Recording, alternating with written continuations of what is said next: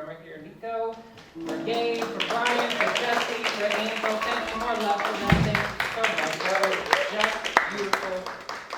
Bam, good morning. I might have found something there.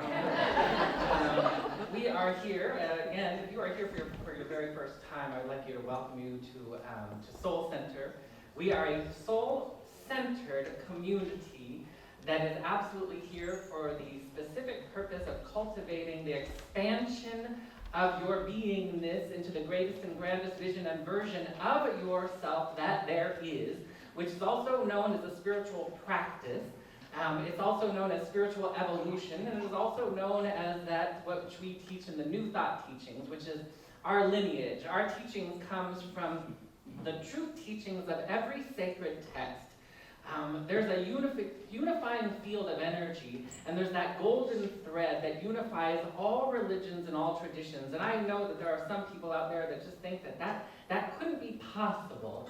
But when you go into the mystical teachings of any religion, beyond dogmas, beyond rules, they all join in this field of grace and beauty and truth where you see like, oh, wow, everybody was saying the exact same thing in different language and doing it in different ways. Like doing a mikveh bath in Judaism is the same as doing a baptismal. There's these water purification processes happen in every tradition around the world, but then we get hung up on some verbiage that gets us to get all upset. No, it's called a baptism. No, it's called a mikveh. And then we get all, it's like, well, we transcend that. We consider ourselves a trans-religious community where we're rising above that. We're not making anybody bad or wrong, because as a mystic that I once met in Israel told me, he goes, religion is like elementary school. You go in and you learn some of the ins and outs and the do's and don'ts, you get the thou shalt not kills and thou shalt not steals, and those are great, and the ego really appreciates rules because it likes to follow the rules. But we know that as a mystical community, it's about embodiment, and it's about allowing that to be in your bones, in your cells, in your tissues, and in your consciousness. Your consciousness is what is lifting you, and we have to be very clear about the difference between lower C consciousness and capital C consciousness. Capital C consciousness is the consciousness of your soul. Lower C consciousness is, oh, you just woke up and now you're conscious again. But that doesn't mean you're capital C conscious. It means that you might be conscious to having a reaction. And remembering that a reaction is something that when somebody pushes one of our buttons, that means that something within our energy body, some trauma has been activated, and then I gotta lash out because I move into fight or flight. But we'll go on to that in just a moment. I just want to welcome you to Soul Center. That we're here to transcend, and not only transcend, because transcend also means transmute. One of the best experiences you can have in the human form is to no longer have an issue. So if you were to have an issue, let's say with a fear of heights, or maybe you had an issue with that person that just really irritates you, when that's no longer there, that's freedom. That's what Reverend Michael was talking about in the reading. True freedom is to be liberated from anything that will constrict you in prosperity, in wellness, in goodness, in kindness, in relationships. This is what is absolutely what sets us free on not only a microcosmic world level in your own beingness, but on a macrocosmic for the world. Because when we are free from that, then we participate in where Darwin got completely miscommunicated, that in survival of the fittest, that's just recognizing that there's a level of consciousness when we feel threatened, when we move into fight or flight, then it becomes survival of the fittest. But as you move on to the higher levels of evolution where it's cooperation is where you thrive. So when we are allowing ourselves to thrive, we're in cooperation, and that means we're moving into the win-win of every situation. There is a win-win for anything and everything all the time. It exists. Our job is to burst out of limited perception from just a slight lowercase c consciousness into a capital C consciousness, which we do in the beginning stages through meditation, through prayer. We do that because meditation and prayer are the portals They are the portals that lift us out of lower C consciousness or from the trauma body, which is where we get upset or hurt. Whenever we're upset or hurt, nobody's ever wrong or bad. That might seem a little contradictory to what we've experienced in the past because, oh, you just did something and man, that makes me mad and you're wrong. Well, that is not the truth.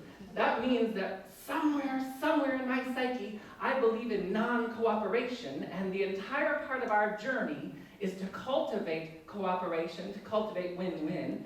The theme of the month is free choice, and free choice, that should just be that's basically the theme of life, is free will, free choice, and to choose wisely.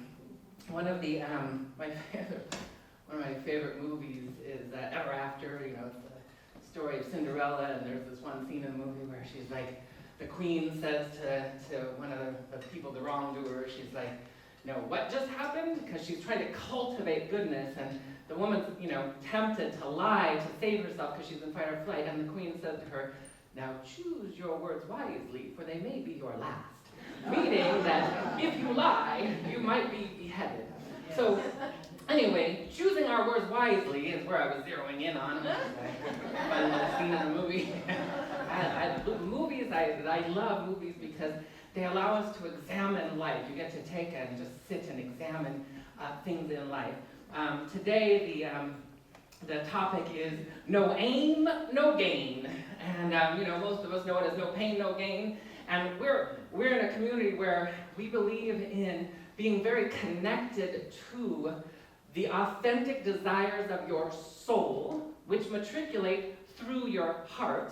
When your soul, unobstructed, when the unobstructed life force energy of chi, prana, life force comes from your soul into your heart, and your heart reveals it to you because there's a part of you that understands the language of your soul. Your heart is the nexus point of your beingness that understands the language of your soul. And so when we are still, we get to move into our heart. And remember that our brain is the part of our beingness that allows us to choose. But our heart is that part of our beingness that gives us the information. And so when we choose the information as it is delivered by the heart, then we are choosing a right.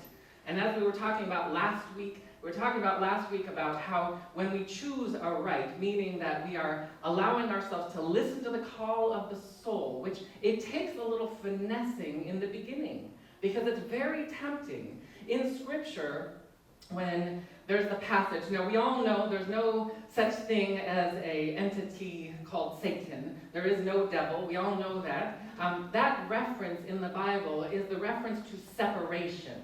Separation is the illusion of your separation from God. You can never be separate from God. There is nobody that has been cast out from heaven that will never return to heaven. The only thing is you can have an experience, an illusionary, temporary, temporal experience of that.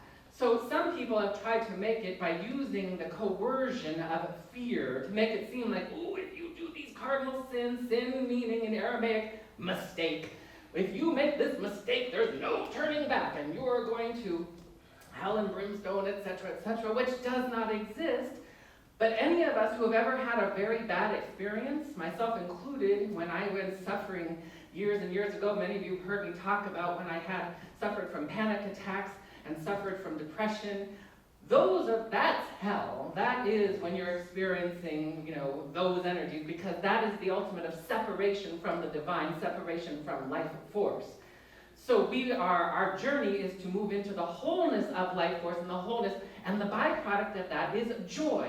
Joy is what is the purest form of heaven on earth energy. Some of us confuse joy with happiness, and happiness is a good thing when it is infused with joy, but joy is uninhibited, unrestricted, and it doesn't need any qualifiers.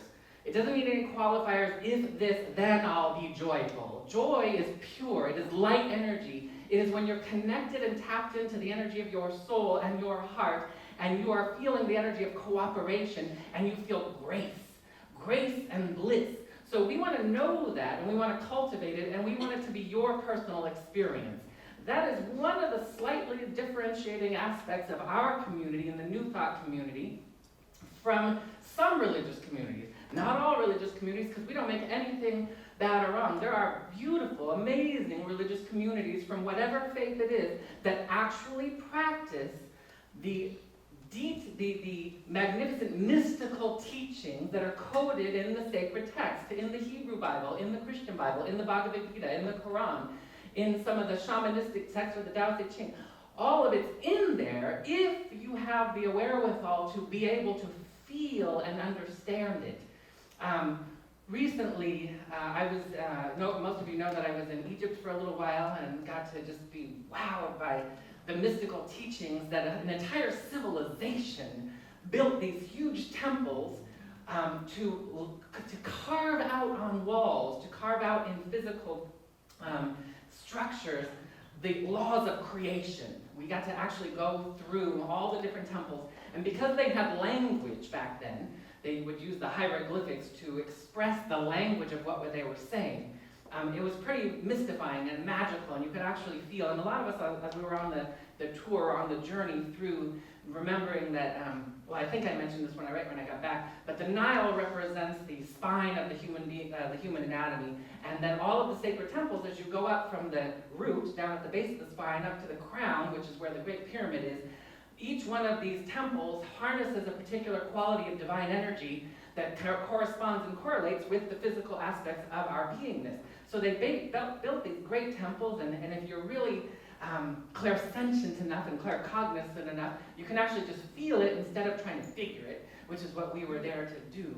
And so it was fascinating. But a week prior to that, I was in Ireland, and I was facilitating an energetic energy medicine retreat for a bunch of people that we were just, this is what it was all about. It was about feeling the energy.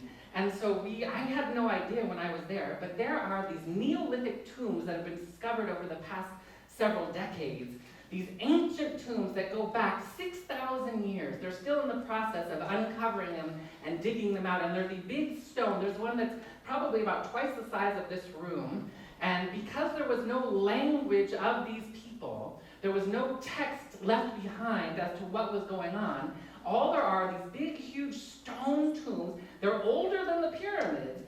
And you get to, one of them that you get to go in, you walk in and you go through it's very similar to the pyramids where you have to kind of crawl through these openings. And then there are these places where you go in and they had celebrations for, they were used very similar to the Great Pyramids and things in Egypt, where they were for people who had crossed over. And so they found remains of people that had been cremated.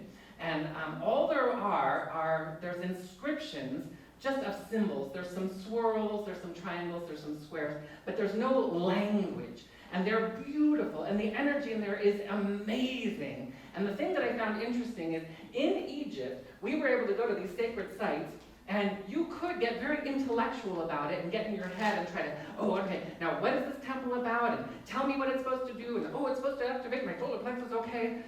And you're just all intellectual in your head, and you're not actually letting it happen, and you're getting more about, tell me how to do it, which is the elementary school of religion, where you kind of learn about the things, thou shalt not kill, etc., etc.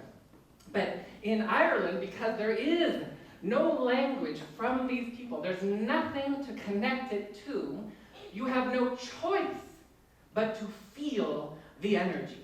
You just have to be there. There's nothing you can intellectualize. You could kind of intellectualize, how did they build these structures, blah, blah, blah, blah, and get in your head about it.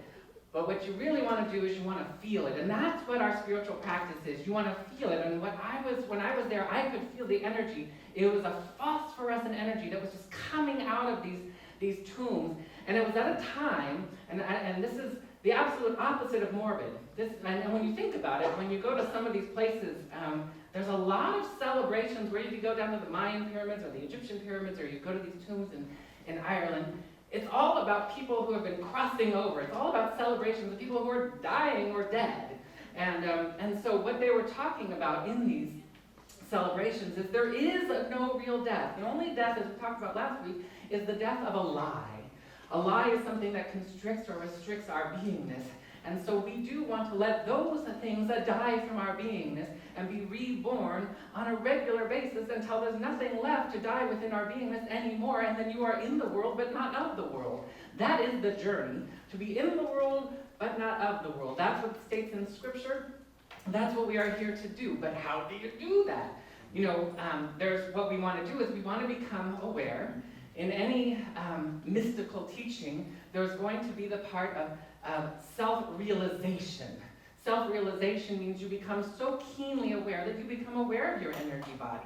You become aware of your physical, emotional, mental, your karmic bodies, and you understand the language of God as it speaks to you, as it speaks to you through the language of flowers, as it speaks to you as the language of astrology, as it speaks to you as the language of the animal kingdom, as it speaks to you as the language of nature. Nature is screaming to us right now, Mother Earth's going to be just fine. But we won't be so fine if we cut off its life force supply. It's going to rebound and rebirth itself just fine. But we are to listen with the inner ear, and that's where our meditation practice comes in. That's where our prayer practice comes in, and to pray aright. Remembering in our beliefs, in our practice, we're not praying to force anything to happen. We're not talking about force. We're talking about the power and the presence of truth that liberates us. So when we're praying, we're communing with a truth that inspires us, and then we act upon that. We go from the omnipotent omniscience of God to the omniactive of God. We allow our activity to follow the inspiration. We are allowing ourselves to be inspired, which is also the theme of today. No aim, no game. Aim is awe-inspired motivation. Awe-inspired motivation is your aim, and your aim is the things that bring you joy, and also looking for the win-win. Years ago, I had a client who came to me, and she was at the end of her rope in her relationship with her husband. She just thought it was the end of days and that they were going to be calling it quits, but she was going to give it one last-ditch effort, because not only was the relationship feeling like it was falling apart, but her inside felt like it was falling apart. She felt like she was crumbling on the inside. And she was also in the fight or flight response of, it's either my way or his way, and she couldn't see the win-win. There is always a win-win in every situation. And so, part of this is like, how do you become liberated? So she came in and she started explaining one very simple thing. She said that oftentimes he would always be late to whatever it was, late to pick her up for this or late to whatever event, and that sent her into an orbit of rage eventually. And that was the thing at this particular point that was going to be the end of the relationship. Now, granted, there was more that had built up to that point, but this had built up. So we started to explore, what is this about being late that is so catastrophic? And so as we went back and we regressed to see what's in the cellular memory that makes this so hot, that makes it so potent. And it turns out that as a little girl, there were often times her mom and dad had a very bad and tumultuous relationship, which led her mom to kind of start to drink, and then started having mental health issues. And then as a consequence, she would be sitting there at school when she was a little girl, and she'd be waiting for her mom to pick her up. She was supposed to be picked up at, let's say, 3 o'clock, and it's 3:30, 4:30, and she's just sitting there waiting as the sun is setting for her mom to come pick her up, and her mom was so distraught that she forgot to pick her up. And so what ended up happening was she started to believe that her mom didn't love her, or that her parents didn't love her, and that she didn't matter. This was an idea that formulated. Now, flash forward a couple decades, that is gone, and we tend to sometimes, when we're using our intellect to heal, you want to be very wary of using your intellect to heal. If you use your intellect and you rationalize things, you might get some temporary relief, but you're not going to get the true healing that you're looking for. And so as we pulled on the thread, so the thread was her husband was neglectful and was pushing on this button of she didn't matter, she's not loved. And our parents' love is probably one of the most profound loves that we can have. Now, some of us come into the world and we have the best parents in the world, and it's a great experience. Some of us have a mixed bag of tricks, and some of us have a really horrible experience where maybe we didn't even get a chance to even know our parents. But whatever it is, there is a truth in there that will set us free. And the truth was, just because somebody doesn't have the capacity to transcend their own trauma doesn't mean they don't love you. Her mom loved her to the moon and back, even if she didn't have the capacity to express it because she was buried under her own trauma. So we had to get to that truth to liberate her, to be free from the irritation of her husband being late. And so we did. We got to that, and and I'm not going to take you through all the sticky details, but it was quick, and it was fast, and it was like, oh my God. And all of a sudden, she's liberated from this, and the paradox and the beauty of it is that A, you don't care if he's late anymore, because you know that you matter, that you're loved, and you have a space in your place for forgiveness that is automatic, and B, they're not late anymore, because you aren't calling that into your awareness anymore. You don't need to have that button pushed anymore. So it's this beautiful paradox of healing, and it's a true healing where you're truly liberated. And this is what we want to call forward. And part of that is making sure that our awe-inspired motivation, what is our motivation? And our motivation wants to be, look for the win-win. Do not look for the win-lose, and definitely don't look for the lose-lose. Because, as it says in Scripture, seek and ye shall find, and we do not want to find lose-lose. We don't want to find win-lose. We want to find win-win. And win-win exists, but sometimes the intellectual mind gets involved and, oh no, and it can be very daunting. It can be very daunting. You know, I was working with a client who was going through a legal challenge, and it's very tempting in a legal challenge. It's set up from the get-go to think that there's a win-lose. And it's like, no, you have dominion over your life, and it does not matter what the other people are doing in the situation. It only matters. In spiritual growth, it only takes one to tango. It does not take two to tango. You do not have to have an agreement with the other person. You only have to have an agreement with their soul, and you do that through prayer. And so we do that. When you connect soul to soul for somebody, with somebody, you are activating the win-win. And that is our aim. That is our ultimate aim. And then there are the aims, the smaller aims of what makes your heart sing. What makes your heart sing? What is it that you truly want to accomplish? Because there are certain things, there are certain traumas that keep us from living the greatest and grandest vision and version of our life. And we get caught up. And so even if you're going through a challenge of any kind, whether it's physical or emotional, situational, relationship, prosperity, whatever it is, you want to be, as Reverend Michael always talks about, you can be pulled by the vision of your life. So you want to be connected to, well, what is it? What is the vision of my life? And I want to be pulled by that. And that automatically, whatever it is, because oftentimes the minutia of a little problem over here takes you away from the call of your soul. I'm no longer fixated on my North Star, which is what my soul wants to experience and express. So we want to make sure that, like, okay, I'm going to deal with this, and I'm going to look for the win-win over here, and I'm going to stay focused on my North Star, what my soul wants me to do. This will lift me into a greater and grander vision and version and help heal this over here. And we do that by seeing our prayer practitioners, by seeing our spiritual counselors, by doing our own work. The job of any guru, shaman, sage, practitioner of healing arts is to empower you.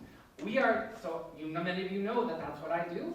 And my job is to put myself out of business, because I want everybody to be empowered, to give you the tools that you get to do what you need to do to fly and to soar. That's the idea of a true spiritual community. A true spiritual community is we give you the tools. Now, you won't believe this, but oftentimes we give you tools, and a lot of times what happens is those tools go, okay.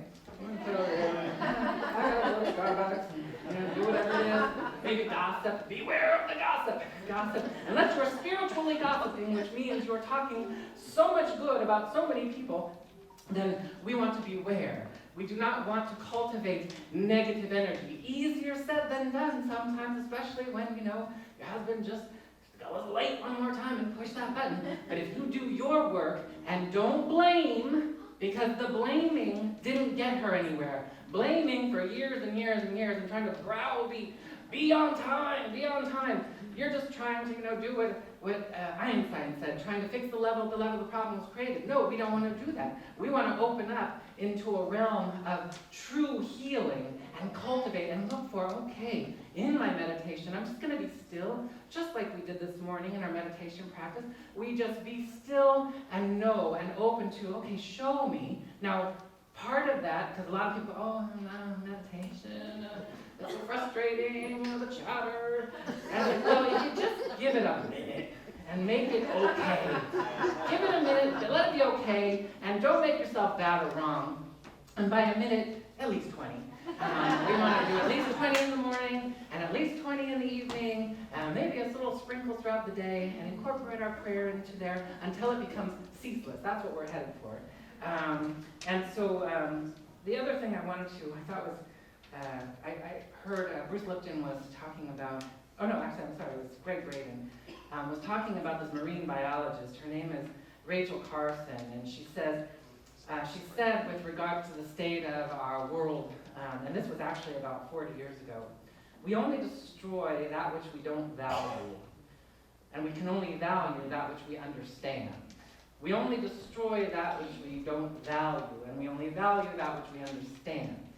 When she understood what was going on with her husband and that it wasn't personal, we put on our Don Miguel Ruiz hat where we don't take things personally, then you know it had nothing to do with that. When you say, I'm going to look for the win-win, you're starting to cultivate something wonderful. And then you want to make sure that you want to have a true understanding, not an intellectual understanding, but a heartfelt understanding. And that's where the awe-inspired motivation is. We want to be motivated by love and not by fear. When we're motivated by fear, we're setting ourselves up for a whole lot of problems. And I'm assuming, I don't like problems, so I'm assuming that we're all on the same page, we're all going to do this good. So one of my other favorites, as we come to a conclusion here, Howard Thurman, who's not only one of Reverend Michael's favorite authors and one of our New Thought teachers, in his book, For the Inward Journey, I highly recommend. It's so profound, you can feel the writing, the vibration of truth just vibrating off the pages of the book. He was such a steeped and deep author of the New Thought movement, of just pure spirit. And he always, one of his quotes that I find is my favorite, as well as Reverend Michael's favorites, is what is it? Keep fresh before me the moments of my high resolve. Keep fresh before me the moments of my high resolve. What is my high resolve? That means, what is my heart? What is my spirit? What is my spirit? What's the resolve of the high resolve? Not my low resolve, which wants to punch you in the face. My high resolve, which wants to look for the win-win. So that's what we want to do, and that's what we're going to do right now. I'm just going to invite you. We're just going to take a moment. We're going to move into prayer. We're going to move into a little bit of a meditative moment. And so I'm just going to invite you as we do. You've been noticing over the past weeks and months, I've been just saying, to bring your hands over your heart center. That's the purpose of that, is because your hands are healing. That's where the healing energy flows, and your heart is revealing, and that's where the revealing of truth comes from, the nexus point of your heart center. So we bring our hands over our heart, and we just take a moment, whether you want to keep your eyes open or keep them closed. And we're just going to take a moment. We're going to activate through inquiry. Activate through inquiry. We're not going to get hysterical, we're going to get mysterical. We want to move from hysterical beingness to mysterical beingness. And so we do that just like this. We take a moment, and I'm just going to invite you to repeat after me and just bring it into your heart. Let your heart bathe. This is the truth your heart already knows. I just want you to repeat after me. I keep fresh before me the moments of my high resolve. I keep fresh before me the moments of my high resolve. I am conscientious in divine awareness. I am conscientious in divine awareness. I am effortlessly inspired by the call of my soul. I am effortlessly inspired by the call of my soul. I always look for the win-win in everything. I always look for the win-win in everything. Bam! Bam! Bam! Bam! All right, so I want to turn to your neighbor, whoever your neighbor is, and say, and so it is. And so it is. Give a high five. When two or more are gathered in the name and the presence of the divine, which is what prayer does, it brings us into the presence of the divine. It takes us out of the temporal, of the finite, into the eternal, of the infinite. That's what prayer does. And when we move from an affirmation that is intellectual to an affirmative prayer that is transformational, then we have arrived. This is where transformation takes place. This is what we do, and we're going to close with a prayer. Turning within in this moment, we take a moment And we just let go of all efforting, all trying, and we breathe the holy breath. We allow ourselves to breathe the expanded breath, the divine breath. We open our hearts, our bodies, our minds, our souls to the infinite grace, the infinite beauty, the win-win, the all-love of the omniamorous presence of God, knowing that it is stated in every spiritual sacred text that we are created in the very image and the very likeness of God.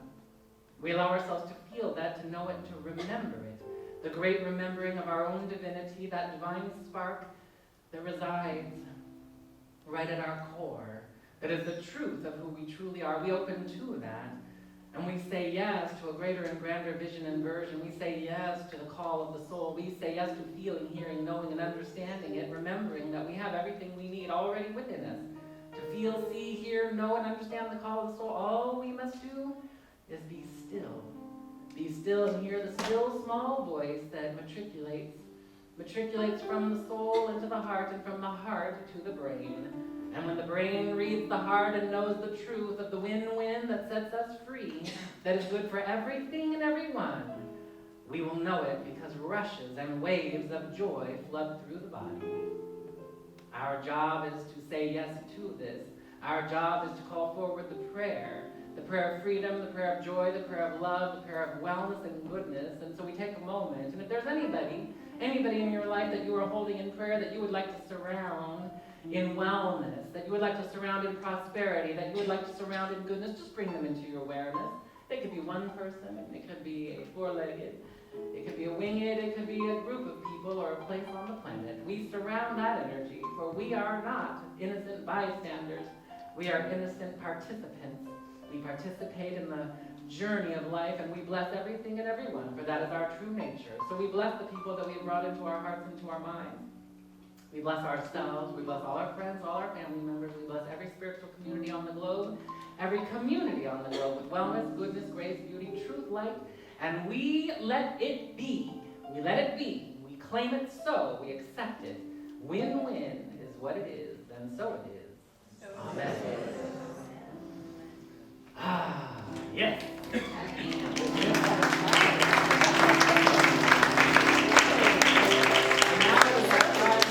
Conscious giving, and as we participate in our tithing practice, remembering this is the art of circulation. And as the ushers come forward, as you prepare your tithe, remembering that the highest form of financial freedom is when you're in the vibration of financial freedom as divine energy. And that's what tithing is, and so we hold that as we hold the energy. We are blessed to live in a country where it says, right on our money, in God we trust. And we trust to know that it is to return to us minimally, I'm going to say 100-fold, because I think it's increased over the years. We're going to let it come back to us, and we're going to choose to believe it and receive it. And with that, I'm going to have the ushers go forward as Angel brings us into that sacred space even more.